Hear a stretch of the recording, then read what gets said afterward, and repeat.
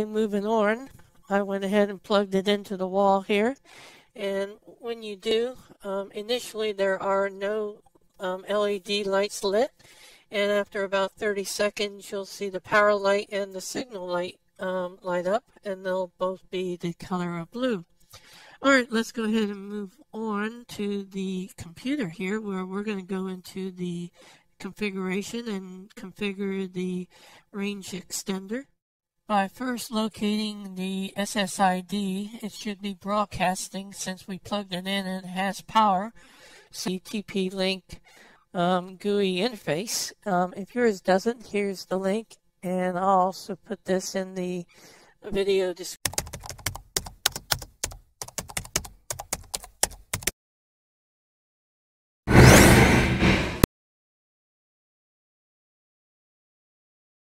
area as well.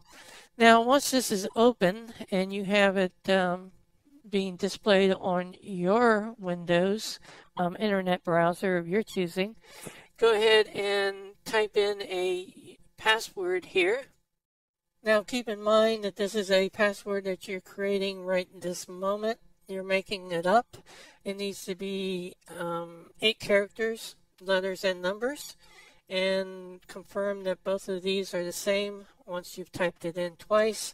And before we click on start, I want to just point out that there's an app in the App Store and Google Play, so that you could utilize those if you wanted to help you manage this extender. Alright, let's click on start, and once you do, it starts scanning all the available networks that it can find within your neighborhood. And in this case, it found quite a number. Specifically, it's finished, and it comes back and it confirms, wants you to confirm rather, that the 2 passwords are correct, and they were, so I clicked on confirm.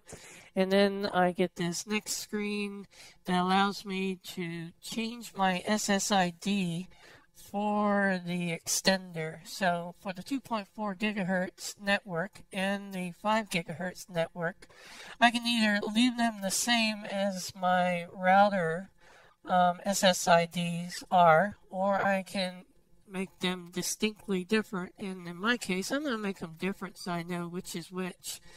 And I did a EX2 and a X5 here, and that way I know which one's which, and I can separate them from my SSID on my router. But you can leave them the same, it's up to you, or change them to whatever you like. Once you've decided and you're finished, go ahead and click on save.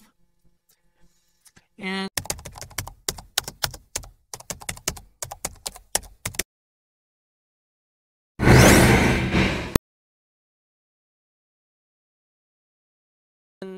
it'll go ahead and apply all the settings that you just did.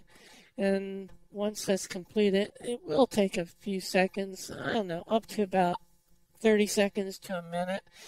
And I just want to point out that we are going through the quick setup process here, not the advanced setup. The advanced setup is very similar. It's the same number of options, maybe a few different ones. However, if you just want to set up your extender very quickly, this is the best route, going through the quick setup and going through the process that I showed you here. Now, once it's finished saving all the settings to the extender, you get congratulations, and we can go ahead and click on the Wi-Fi icon in the taskbar, and then find our SSID for the Skybird EX5, which is the 5 gigahertz. Or if you wanted to, you could connect to the Skybird EX2, which is the 2.4 gigahertz network.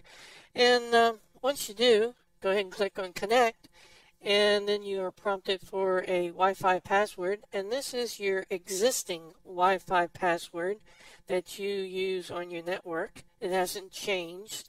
And once you click on next, it will make a connection, and then it shows here that I'm connected and secured on the Skybird 5 EX5, which is the 5 gigahertz bandwidth on the extender.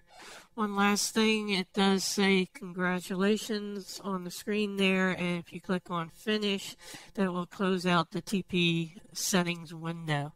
At this point, you can open up an internet browser and go to the internet, or utilize anything you like to access the internet, and you're good to go. But before I end this video, here's a final image of the Wi-Fi extender and being utilized. As you can see, the power light, the signal light, the 2.4 gigahertz light, and the 5 gigahertz light are all lit, and they're solid. If you would like to see more videos like this one, please click subscribe and leave a like if you like.